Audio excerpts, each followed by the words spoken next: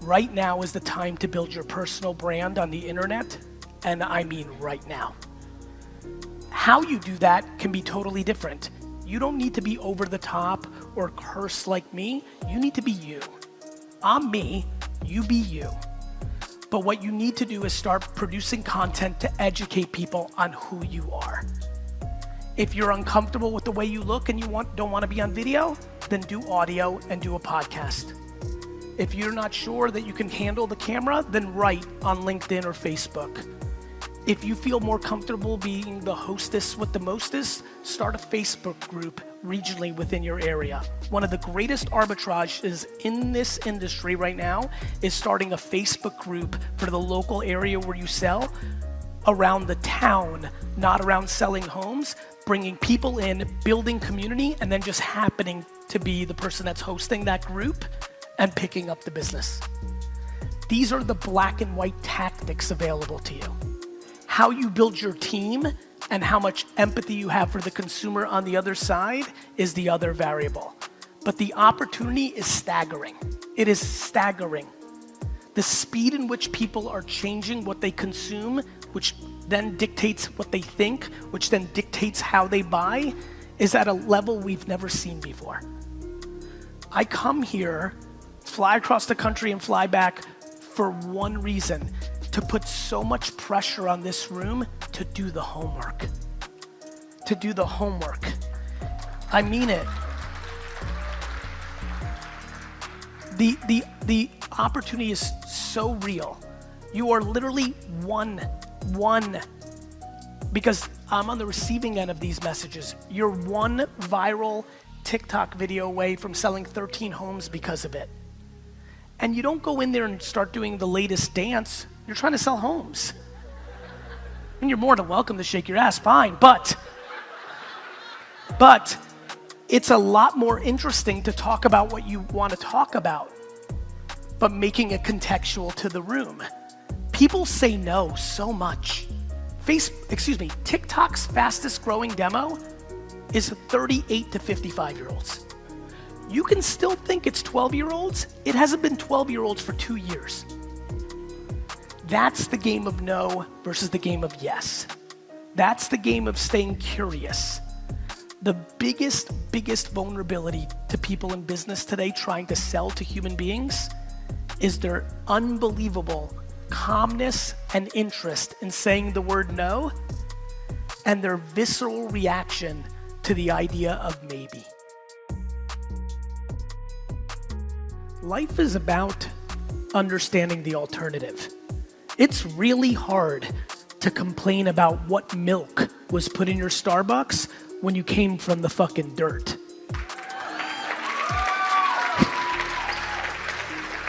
So, there's a lot that we don't need to touch on in this room. I could talk about what I think you should be doing from a content standpoint, because the reality is, I promise you, the number one variable of growing your business in this room that is practical, achievable, doable, is how serious you take making content on the internet. It's that simple. No matter what anybody in this room says to me of why no, because they've never started and they have an ideology, or because they've made 45 posts on Instagram and haven't sold anything yet, no matter what your excuse is, I promise you, social media is not broken in that story. You're the one that's broken. It was funny, last week someone's like, Gary, you've been talking about LinkedIn, and he showed me the posts and he's like, it's not working. And in the post, I'm talking about making content in the feed of LinkedIn, knowing who you're trying to reach, running ads against the employees of those organizations for content in the feed. And then I ask him what he's doing, and he's spamming people by paying $100 a month for a script that just emails people on LinkedIn. That little story is something I think about every day. The ROI, I like to say, of a basketball is billions of dollars for LeBron James. It's zero for me. How one plays with the tools is the variable of success. And so we can get into the mindset, very much the intro, which was lovely, thank you, and in depth. I do believe that the far majority of what is the opportunity in this room or the limitation sits in two very simple categories. One's uncomfortably black and white, and one is remarkably gray. The black and white is what I just started with. Until you start making dozens of videos, pictures, and written articles a week, you will continue to leave an extraordinary amount of money on the table, and somebody sitting next to you is gonna do it and take your market share. And I don't care if you've been the queen of that city for 30 years and work on your reputation, slowly but surely you will lose, because that's what always happens in business. If that wasn't the case, IBM would still be winning. I love this industry, and I love OGs, because my dad's an OG. Shit, I started so young, I'm an OG. Like, I love OG life, and it is absolutely building on reputation. But I love when an agent says to me, dear, you don't get it. I dominate this town for the last 30 years. I'm like, dear, you don't get it. You don't get it. Much bigger companies than you have gone out of business with fucking audacity. And it is audacity in 2022. It is only, and this is very clear, if you're sitting in the crowd and you're not doing this work, it's only two things, and they're both interesting. One is audacity. You're audacious that what you did in 1993 or 2001 or 2007 is enough for you to dominate 2022. Or you've lost your ambition, which is okay. I don't think of that as a bad thing. I don't think it's a bad thing that you're not as hungry. Maybe you've scratched your itch. Maybe you do want to do other parts in your life. But look, don't lie to yourself. And understand yourself on where you are in your journey. 2022 is going to be a remarkable opportunity for this room. The question is very simple though. Who's gonna actually put in the 30 hours of work starting today to actually know how to do pictures and videos and written words on these platforms, and who's not? And it becomes a very simple game. It's a black and white prescriptive game. Either you're good at it or you're not. No different than basketball. We need to have a very big conversation in the business world about how much kindness, compassion, empathy are the superpowers of business. People don't think so. When I talk about kindness, and I talk about it a lot, my favorite email is like, title, all caps, Gary, you're wrong. I'm like, here we go. I open it up. You don't get it, Gary. You talk about kindness, I'm always kind, and everybody takes advantage of me and walks all over me. And I reply, hey, Rick. Maybe you're manipulating the situation because you want somebody to walk all over you a little bit, because you're actually subconsciously trying to create leverage. Because let me promise you one thing about actual kindness if you're confused by the definition. Actual kindness means giving without expectation.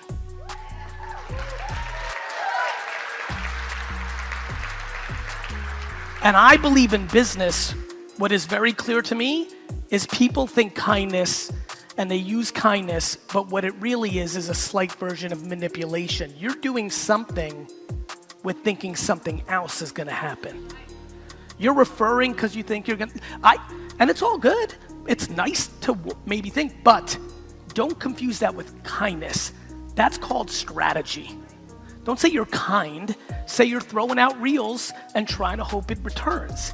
Own what it actually is. I was at a conference like this many years ago, and I had just invested in Uber. And it was the Taxi and Limo National Convention. So I'm giving my talk, and I finally throw it out there. And as you can imagine, the room wasn't thrilled with me. But it was a discussion.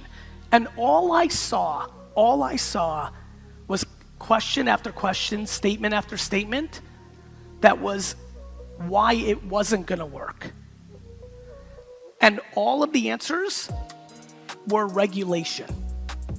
Gary, this is not gonna work because we're gonna pay the politicians off. Similar to how I hear car dealerships and car people talk about Tesla or direct to consumer.